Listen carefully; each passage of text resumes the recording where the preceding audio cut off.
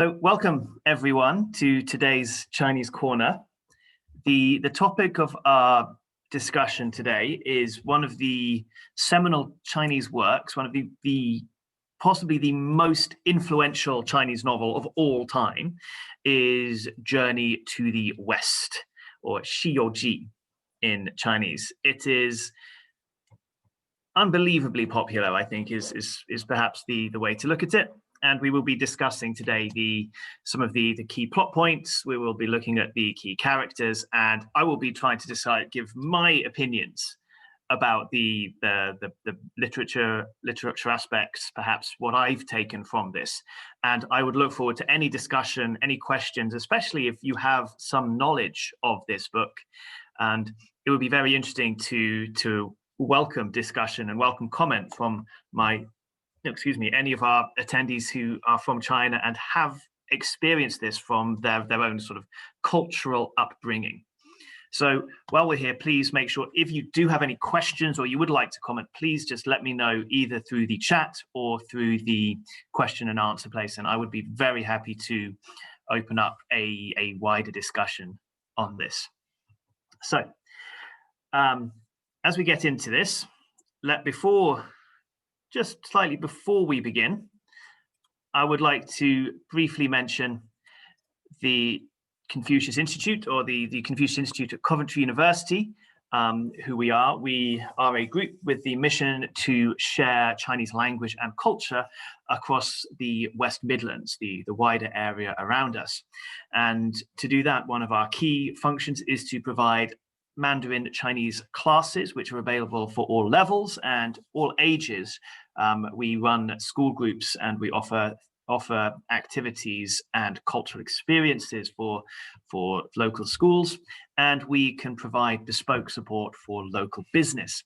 If you have any questions about the Confucius Institute, what we do, or if you would like to do anything with us, please email us at confuciusinstitute@coventry.ac.uk. And if you are interested in seeing what we are doing or any of our future events, please follow us on our Twitter or our Instagram or our Facebook, all of which are at Confucius Cov Uni. Thank you very much. So let's begin by talking about the little bit of the context of the Journey to the West as one of the four great novels of China. This is the second of the four books or great novels that I have discussed. We previously had a session looking at The Dream of Red Mansions, which is also known as Hong Lou Meng, which for me is perhaps my favorite of the four. I think it is perhaps the most literary, or in some ways, I think that's perhaps the best way to describe it. It's a very, on all stages, I think it's one of the greatest works. Journey to the West is also one of the most popular. This is a novel that is based in history, and it is something that is more popular than any of the other three. And when I say popular, it is more embedded in the pop culture or the cultural psyche within China. So that means that when I say that, everyone in China from a young age knows exactly who the characters of Journey to the West are.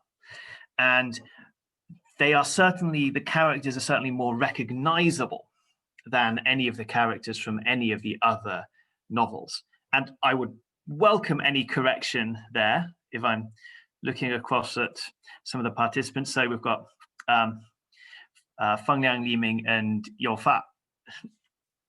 All of you are welcome to challenge or give your ideas about this, because my opinions on this are based on what I have observed in China. I have not grown up surrounded by this. When I say this is the most recognizable, I would say that if you walk around China, you will see people dressed as characters from Journey to the West, particularly Sun Wukong, perhaps the central character, and he is instantly recognizable in a way that I don't believe that characters from the other books are. with the possible exception of Guan Yu from the Three Kingdoms.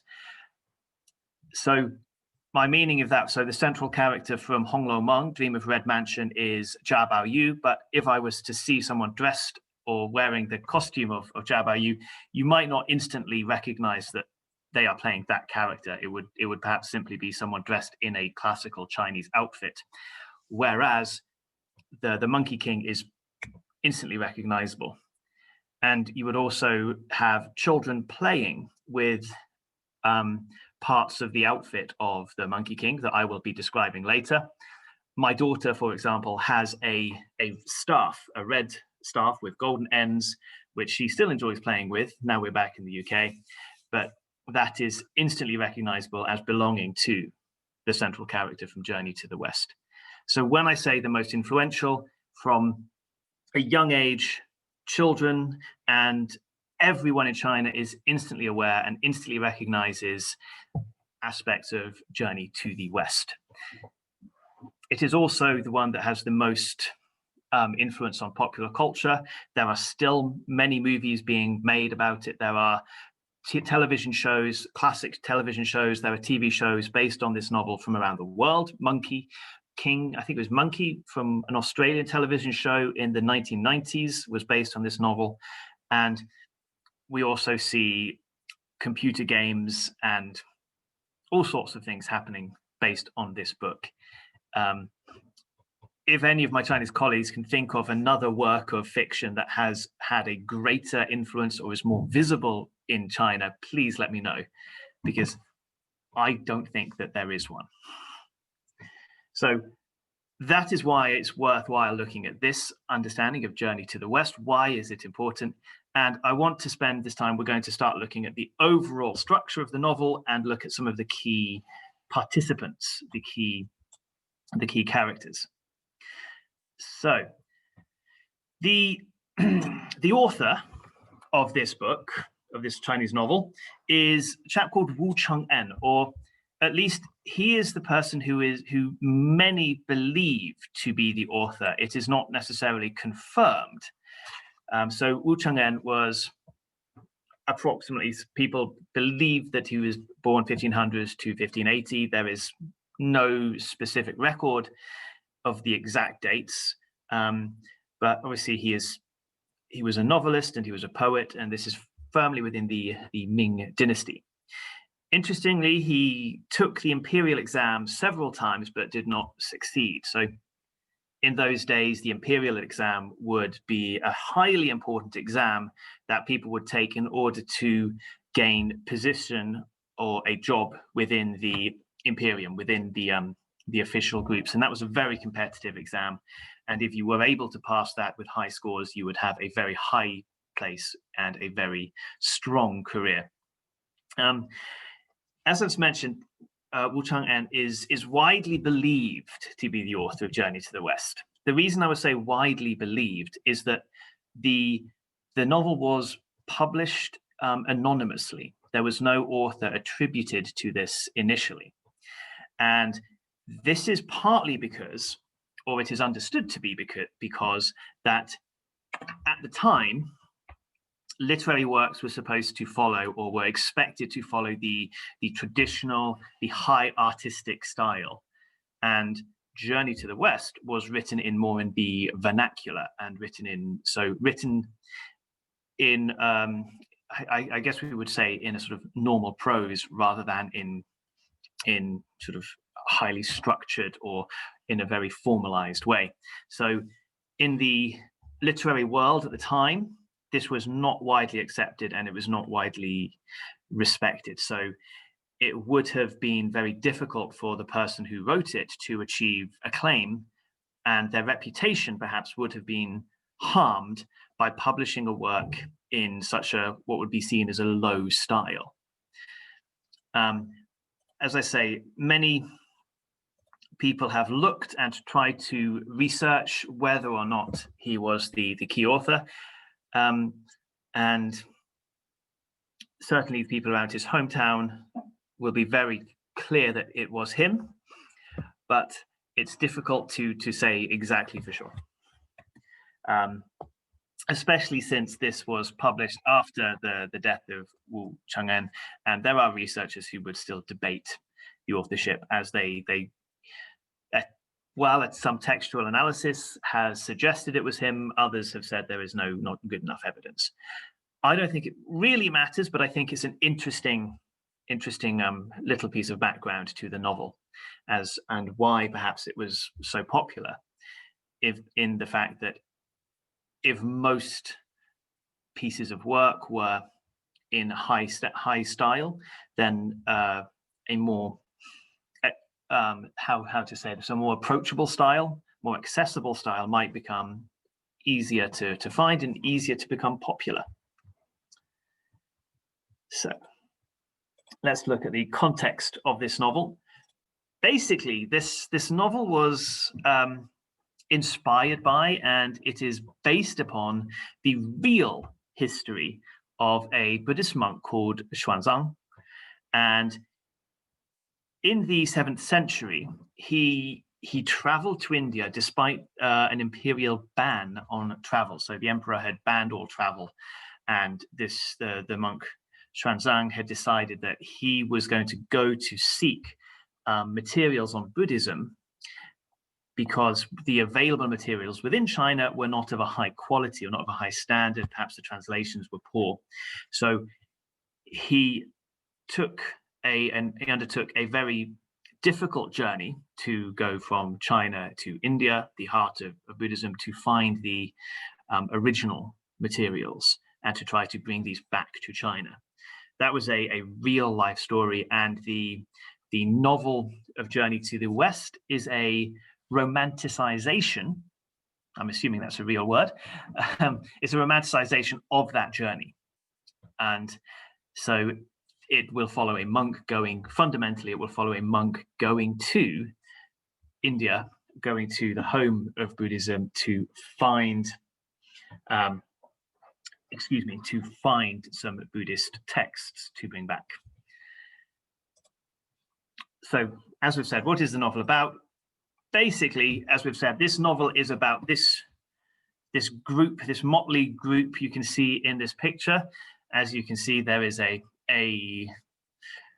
monk on a white horse, and next to them we have a monkey monster, a pig monster, and it's hard to say, but this is a sand demon, a sand monster. So there was a group of characters heading towards the west and encountering many adventures on the way.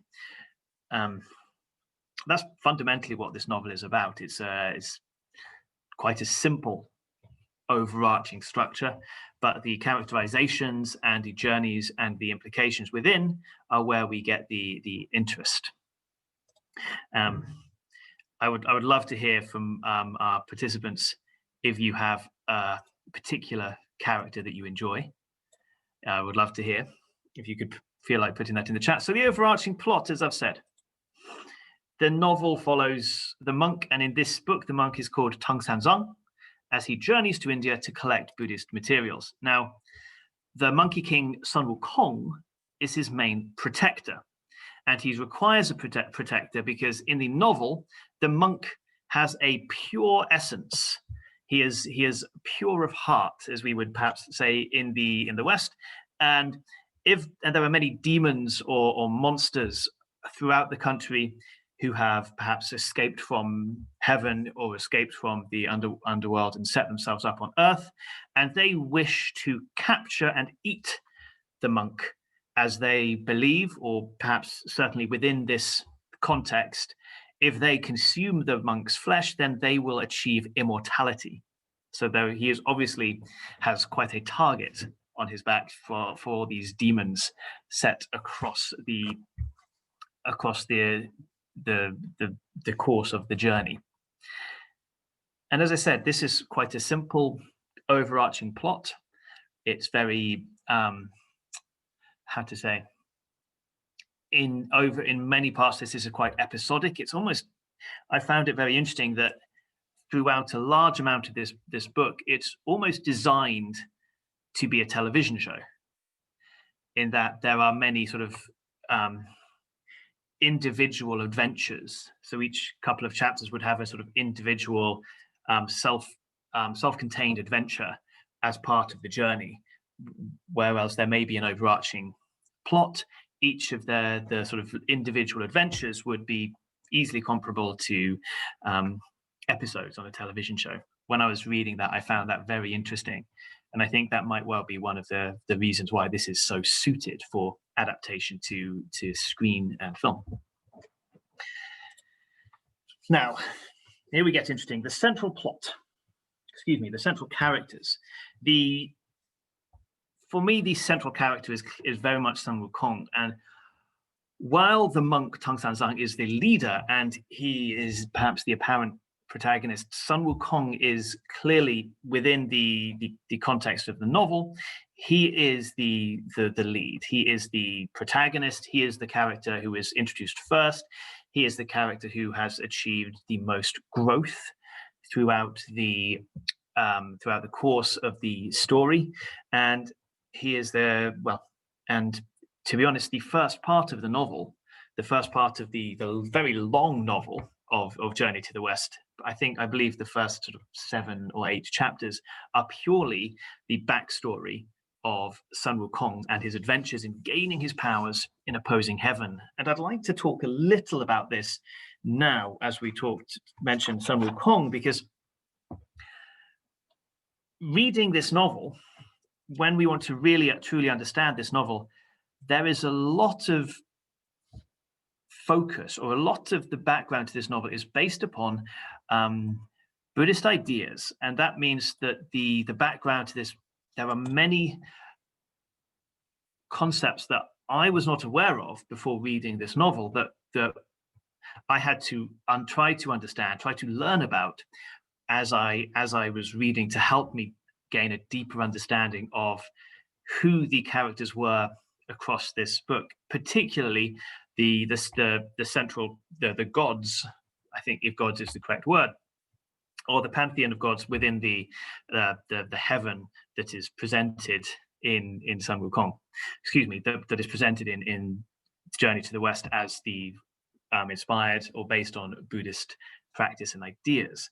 And there is definitely a pantheon of deities that I had very little idea about. And reading the initial novel and reading throughout, I was required almost, or I was inspired to try to learn a little bit more about some of those characters in order to figure out who they were. And I had conversations with friends and other Chinese people who would be able to try to help me figure out who's this person, why does this person have standing on wheels, and what's happening. So a little bit about Sun Wukong, because I found this mini novel to be fascinating, and I think it's perhaps in many ways my favorite part of the whole novel is the background to story of Sun Wukong, and can give an idea of why his character is the most important. So Sun Wukong, he was born from a stone egg. That means that there was the entire novel begins with a stone egg, a stone breaking open, and a monkey being born, and that monkey is Sun Wukong. And so there's no real explanation to this, perhaps, from our point of view. He is simply born from rock, and he is, I hate to say a cheeky monkey. He's very, very cheeky. He's very naughty, very active, always seeking knowledge. And one of the first things he does is collect a group of monkeys and he becomes their king very quickly. And he seeks out a teacher. So his first teacher, a monk or practitioner, initially does not wish to teach him, but through Sun Wukong, whose persistence is worn down, and this first teacher teaches him the magic of shapeshifting and some basic skills, so that he starts to develop his knowledge and his power. and he learns more about the Buddhist pantheon. He learns about dragons within the sea and who has which powers.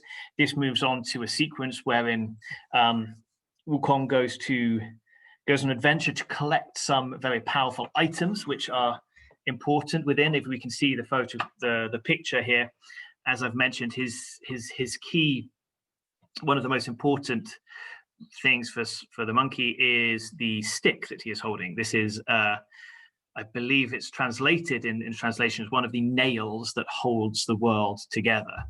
It's something that was almost impossible for anyone else to lift, and his strength is enough to lift it, and he uses his magic to change the shape of this staff, and when he's not using it, he will shape down to a very small size, and he will store it within his ear. Doesn't make sense to a lot of us in the West, but again, that's something that's a central part to sort of pop culture and understanding. He also goes around to collect a special cap, some golden chainmail, and some magical boots that will help him travel. So this is an early part. After which he goes to create a group of demons, and then they are causing mischief. So in order to prevent this mischief, the kings and the advisors in heaven choose to invite him to come and join the heavenly host. However, the position he is given is very, very low. Initially, he's not aware and doesn't really care that this is the low position until people point it out to him, and he becomes angry and collects all of the fighters to basically have a war against heaven. He's readmitted because the kings and the hosts of heaven decide that they shouldn't start a war with him because it won't go well. And this leads to the Monkey King. They bring him back in. They say that he is on the same level as the kings of heaven, but treat him as a pet. And he again gets angry and seeks out.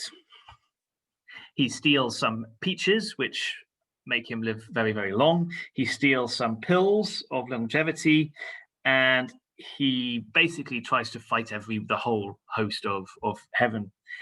He is captured, and they try to kill him. They try to execute him, but none of their weapons are strong enough. They basically try to roast him in a pit for a week, but that simply makes him stronger and provides him with magical eyes that will allow him to see demons. And this ultimately leads with them asking Buddha to come down. And there was an interesting challenge wherein the Sun Wukong finds himself in a place where he is surrounded by 5 mountains, and he's on the palm of Buddha. He thinks he tries to get out, but basically the 5 mountains are the fingers of Buddha, and then Buddha will trap him underneath a mountain where he has to stay for several hundred years without being able to get out. So as we can see, that in and of itself is a novel of the sort of the bad guy character, and this is where we establish the novel through this story of who Sun Wukong is, and his background. After this is done, we move on to the monk Tang Sanzang. As we mentioned, Tang Sanzang is a monk who is pure of heart, and he has dedicated himself to becoming a Buddhist monk from an early age, so renouncing his family, renouncing all earthly ties, and focusing on being the best monk he could be. He is then selected and asked to collect the materials that are in the West and return them to China, and he is he's the target, as I say, of all of these demons who wish to eat his flesh to gain immortality. Now, for myself, Tang Sang is, as he is called, he is a necessary character. However, he is not, for many people, the most interesting of characters, as he's in the beginning of the novel, when we first encounter him, he is already as good as he could be. He is already pure of heart. He is already someone who has been selected. He does not have a journey of discovery. He does not necessarily need to overcome adversity to learn, to become, because he is already at such a high level. The things that he would perhaps need to learn are more earthly things, but the way that he is presented early on, he is already a pretty high level character, and he's not really someone who needs to go through the hero's journey, as it were, in the way that Sun Wukong definitely does. So he is necessary. He is very pure of heart. He's very generous. He's very mellow, and it should be said that he also is going back to Sun Wukong when he finds the Monkey King to join his group. He is given control of the monkey through a golden crown, which is placed on Sun Wukong's head. That he has the power to say some holy words, and that would squeeze Sun Wukong's head, and hence ensuring his obedience. So, in that way, he is in charge. And again, I welcome question or comment if any of the audience wishes to disagree. Please let me know. So for me, as I say, Tang Xiaozang is a fine character. He's not, perhaps a little bit dull because he's already pure. He does make mistakes in his leading because of his perhaps naivety and his innocence and his good heart. But those are not fatal flaws within his character. They are simply sometimes contrivances to keep the plot going. So we come to the next character there are of the central group, and this is Zhu Bajie. Now, Zhu Bajie is a pig monster. Now, the background to him is he used to be a military leader within heaven, but he was very irresponsible and at some point was found drunk and disorderly, and his punishment was to be reincarnated as a human. However, due to some error, perhaps some administrative error, he ended up in the womb of a pig, and this resulted with him being a half pig, half human monster, as you can see in this picture. In the novel, he's portrayed as lazy, lusty, and stupid. I've said. I think those are rather. There's not really any. There cannot really be any disagreement about that. He is not a particularly good character in the way. He was not perhaps be a chosen someone you would automatically choose for a virtuous journey. However, through the novel, we see that Tang Xiaozang, the monk, does have a very soft spot in his heart for Zhu Bajie. I think partly because Bajie seems to be quite innocent. He does have some charm, and he does try to. I don't say suck up, but he does try to make friends with Tang Xiaozang. I've written here that he is personally he's my least favorite character, and there are reasons, very many reasons for this. Throughout the novel, Bajie causes a lot of the problems for the group, and of course that's an important character. However, he does not ever seem to learn a lesson from this or develop himself as a character, which for me is something that is somewhat frustrating. This goes back to something I mentioned already, to say that once the gang is together, then the novel takes quite an episodic format. And that episodic format tends to come down, or can be seen to come down to some common themes. And this can, in this part of the novel, can become almost a little repetitive, because what often will happen is they will come to a new area, and Sun Wukong will tell people, the monkey would tell everyone, stay here, it's safe here. I'm going to go and look for food, or I'm going to go and check that everything is safe, and just stay here. And after a while, Bajie would get bored and say to the monk, master, I'm bored. Why don't I go over there and do something? And this is where the monk, with his soft spot, and his gentle demeanor will say, okay, Bajie, you go and do this. And then straight away, almost, this will lead to a monster or a demon capturing Bajie, Tung Tung, and the rest of the group, and ultimately Sun Wukong would have to come back and rescue them.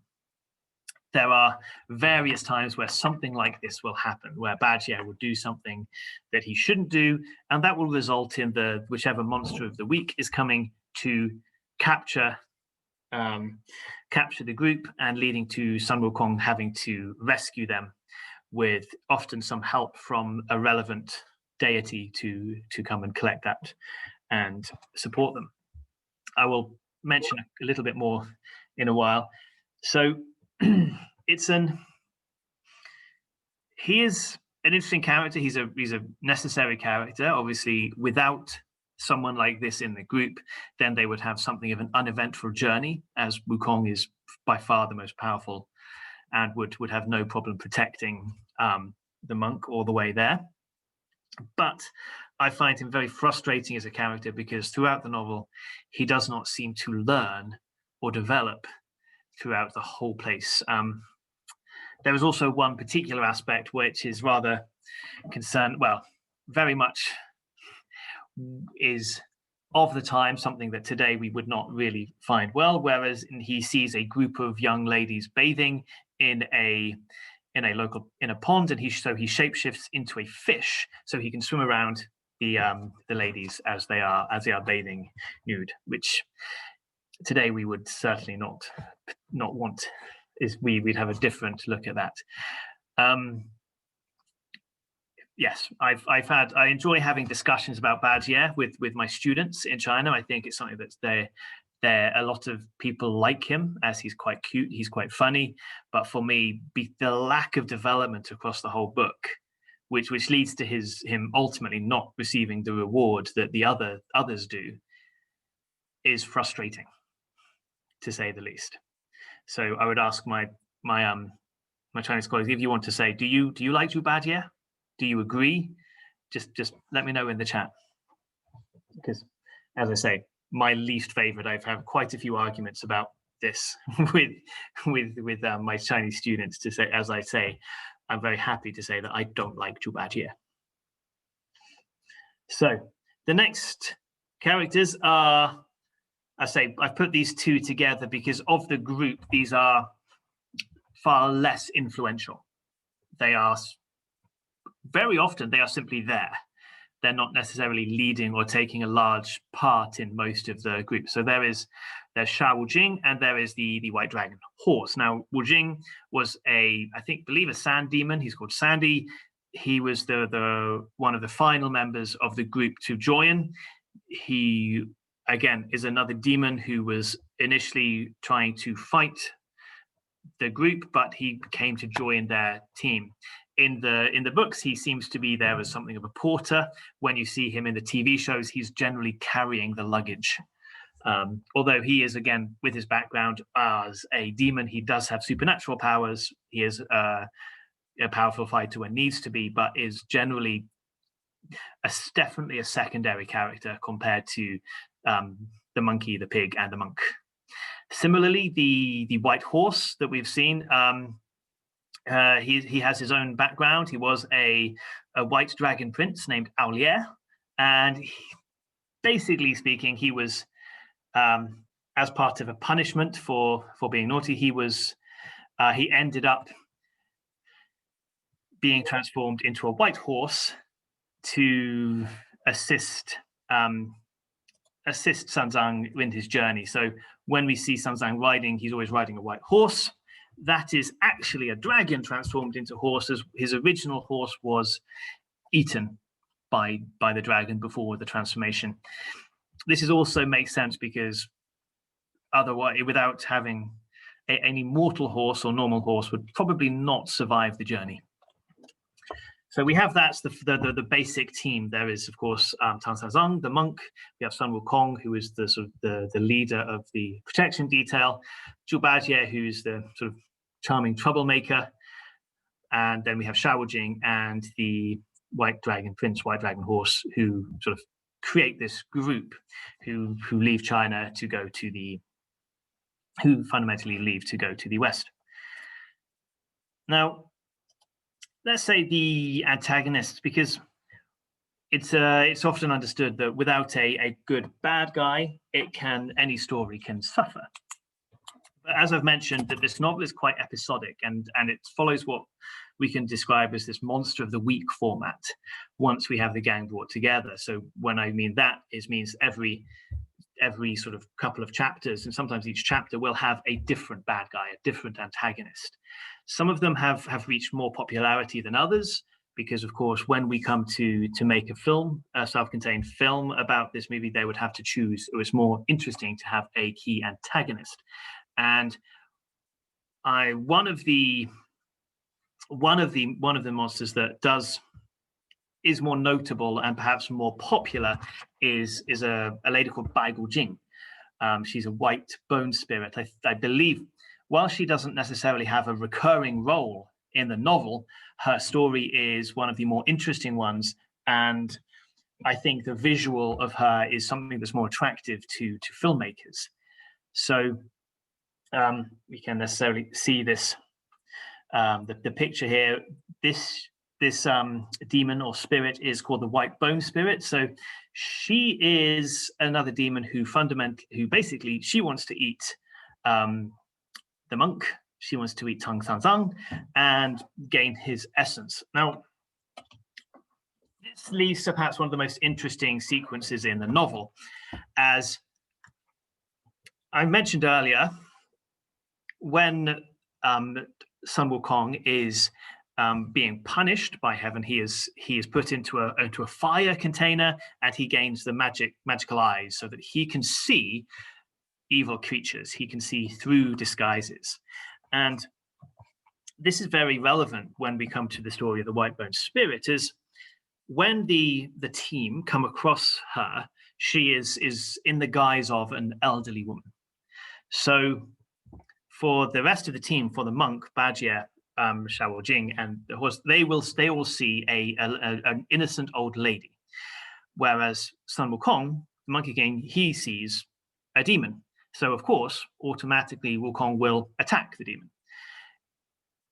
The monk, I believe this is quite early, the monk doesn't necessarily trust him as yet. So the monk will instantly tells him to stop and assumes that he's attacking an innocent person.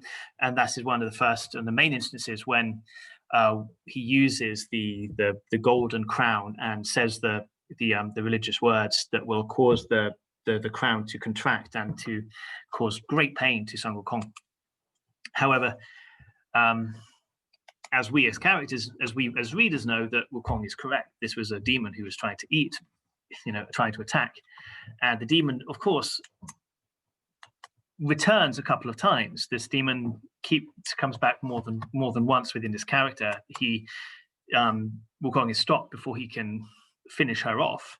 And this is a very interesting sort of short passage of developing the relationship between Tang and Sun Wukong, because of course there needs to be the reason early on, the reason that he is the monk will punish Sun Wukong is because of course he does not trust him as yet, whereas we know that he should. And it's also in the relationship we can imagine. If we are Sun Wukong and we can see that this is a demon and I'm protecting you, but I'm being punished for it, this will no doubt have a large effect on you emotionally and how you react and behave. Are you still willing to do what you can to protect someone who is going to punish you for doing the right thing? And this is perhaps one of the reasons why her story is perhaps more attractive. And again, we will see her in some of the adaptations. I think one of the key adaptations recently, well, maybe not quite so recently, was a sort of comedic, loose adaptation by Stephen Chow of Shaolin Soccer and Kung Fu Hustle fame, who did a very interesting interpretation of the story, wherein she was one of the central characters, and there was something of a love story between the demon and Sun Wukong. It was a fascinating story that I believe is on Netflix. I certainly watched it not long ago, but it's definitely worth looking at. The other perhaps central or most popular antagonist we can see here, this is the Bull King. Now, the Bull King he's married to someone called Princess Ironfan and has a son. They have a son called Red Boy. And early in the novel, at the very start, he was one of Sun Wukong's allies when he first started to get a gang of powerful people to go against heaven. The Bull King was one of his original allies. So later in the novel, as after Sun Wukong has been defeated by heaven and has spent several hundred years under a mountain, they encounter the Bull King and his family again. And as a part of this, and as a part of this sort of episode within it, Wukong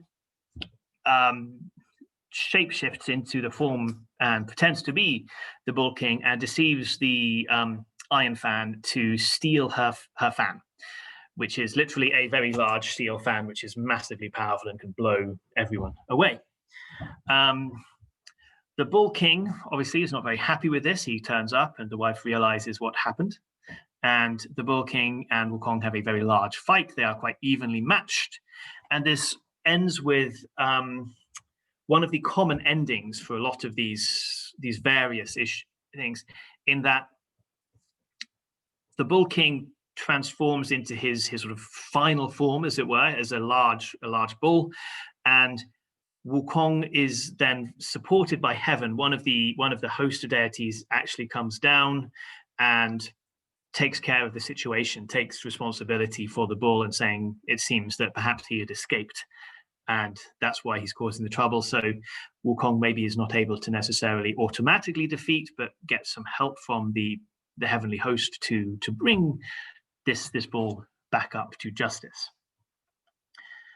As I say, this relationship between heaven and earth, Sun Wukong and these different deities is a constant throughout. So this is really the main part of this novel. So as I've said, ultimately, as we can imagine, the team make it to the West, and they get the books, and they are all rewarded in their own certain ways, whereas the monk and Sun Wukong are elevated to the highest position, and Shaojing and the dragon are also elevated. However, ultimately, Zhu Bajie is not elevated to a high position in heaven. He is, I don't know, is it perhaps a curse, but it's perhaps an ironic curse, whereas Bajie is tasked with, I believe his task becomes, he is one of the spirits that will eat the sacrifices or the offerings in Buddhist temples. So his sort of ironic punishment is to continually eat what is provided. So that's a sort of quite a large overview of what happens in the novel. So if there are any questions, or if there is something that you would like to comment or to know more about, please let me know. As I've said, this novel is massively popular, and it's interesting to me that Chinese children in China will play as Sun Wukong. They will play games and pretend to be these people in a way that I certainly didn't, and I don't imagine most Western children will play as influential characters from literature in the past. I certainly don't imagine many English children will role play or pretend to be Romeo or Juliet, or to say, I'm Macbeth, you be Macduff, or similar. Perhaps the only ones that they could compare with would be someone like Robin Hood in England, as just for their influence. I think, interestingly, today I know for sure my daughter and her friends prefer to role play and play as the computer game Among Us, which is massively popular. They have set up a real world version of the game, which is somewhat fascinating for me. But that's a sort of side issue.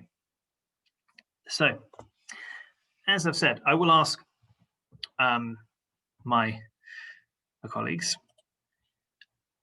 Now, as I say, looking at the people who are here, now, so we have some Chinese colleagues who are with us. Could you tell me, I would love to hear what you think of Journey to the West, and what is it different to what I've said? And certainly if there is a sort of, let me see, is there a particular piece of pop culture that you would recommend related to this book? I would welcome any and all questions from you.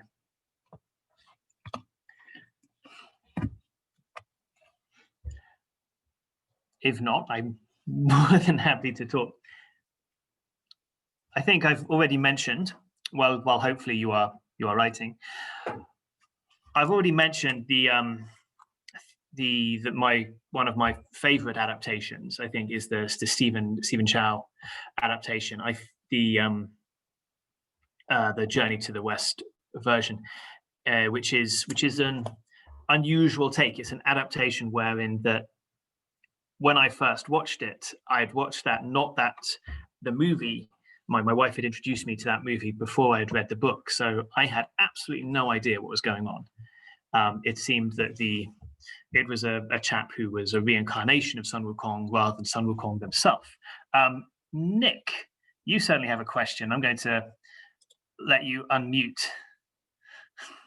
and ask you to talk. Can you hear me? I can hear you, Nick. Please. Okay. I think you had a very good talk about the Journey to the West and a very vivid description of the characters in the novel.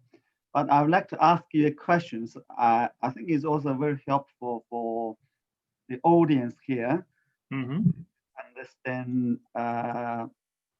better the character.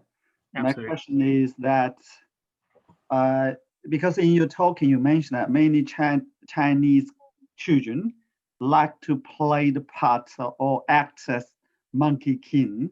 I think the author, of course, intends to convey some ideas, okay, in a novel.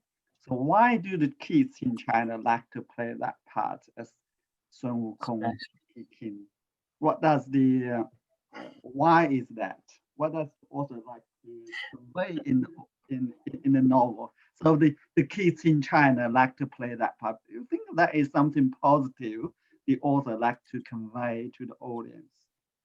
That's a great question. Thank you. So why does Sun Wukong hit such a chord? It's difficult to know. I think mostly because he is perhaps he is comparable to a superhero, someone like Superman. He has all the powers. He is the cool, perhaps from myself growing up, he is the sort of almost an anti-hero. So he is naughty but good. He is more powerful. He does what he wants to do. He has the freedom and the power to do what he wants to do, but he is fundamentally good. So he is the sort of definition of what we would call today an anti-hero, in that he is then perhaps later on he becomes truly good, but he is, for myself, he would fit that role of being who we would, certainly young boys would want to be. He's stronger, he's more interesting, he can do anything he wants to do, and he's, again, is the most interesting. He can do all of the kung fu and fly on a cloud, and the idea that he's this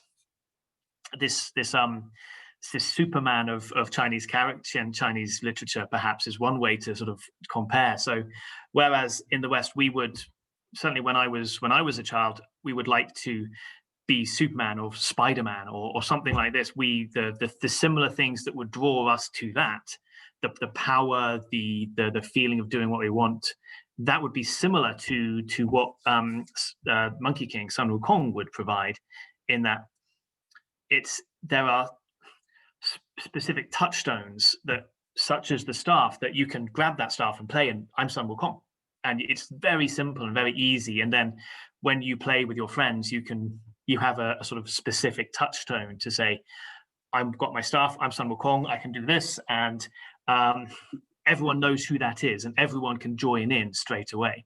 So that would be, perhaps from my outside perspective, is why I would think that touches a nerve, because there are similarities to the sort of superheroes that we would look into in the West. And does that answer the question? Yes, a very good answer to the question. So you can see the author wants that the people have or admire those good characters in people, right? So that is the positive I think author wants to create. Yes, I think that's perhaps something I was focused. I think I focused more on your question about why do people today, but perhaps this author's intention. We get into pure literary discussion here with The Death of an Author and all of the rest of it. But my idea that Sun Wukong put forward is the lesson that he learns, perhaps obedience is one of the key lessons that he does learn. He learns to use his power for good. And it's interesting to look that is something that's almost forced upon him. And that we could certainly, from a literary point of view, discuss that. Is the lesson he learns, or is this a lesson he's forced to learn, that he has to submit to a greater power in order to learn? There are quite a few things that we could look at there to see from Sun Wukong going from this rebel to being very much a good guy, but he is overpowered and forced to that. That's good. But then we have the secondary one that we should admire. Also, we should perhaps aspire to be like Tang Sanzang, who is already good, and he is the ideal of seen to be the ideal. We should be like him. So I think that could be a whole separate thing to look at, to say why, who are the icons of Chinese literature, what are the lessons that are intended or we wish to learn from them. And that could be there could certainly be papers or deep dives about those things, because we approach it. Obviously, we approach the novel from our own perspective. I approach it from the Western perspective, from my background and the lessons that I've learned, and my own morality from the Western and ethical systems that we grow up in. We would understand these actions in perhaps a different way than someone like yourself who's grown up in China with the Eastern perspective might. And that's a deeper discussion. Yeah. We have many things to talk about. Thank you very much, George. Thank you. So we have another question there from Feng Yang. Thank you. Journey to the West is a spiritual Bible of many Chinese people. Journey to the West inspires many Chinese people what they really want, even if the process is difficult. Excellent. Thank you. As I say, it's good. It's important for me. I want to have this perspective from people like yourself from China to say, what is it that can bring, what is the meaning from Chinese people? And if that can, from a young age, give those ideas, that's very useful, very important, because we do. I think I can finish. We're just about to finish, and I will finish with one of my favorite ideas about one of my favorite ideas about culture. And I think one of the biggest crossovers that we can have from culture in general is the importance of stories and storytelling, because ultimately that is what culture can be boiled down to. What are the stories that we are told as children? What are the stories that we share? Whether that's the spiritual spiritual stories, whether that's our historical stories, whether that's the stories that we share with one another. So from a British perspective, we all share the stories of say Guy Fawkes, we share Robin Hood, we would share biblical stories that are if we've grown up at certain times and spaces. These would be very different stories that Chinese people will hear from their parents and from their grandparents, that would have different morals. different moral backgrounds, different understandings, different perspectives, and looking into these stories, looking into what are the stories that children take, what are the lessons that we learn, can provide a much better understanding of the moralities, the mores, the shared touchstones of culture across different parts of the world.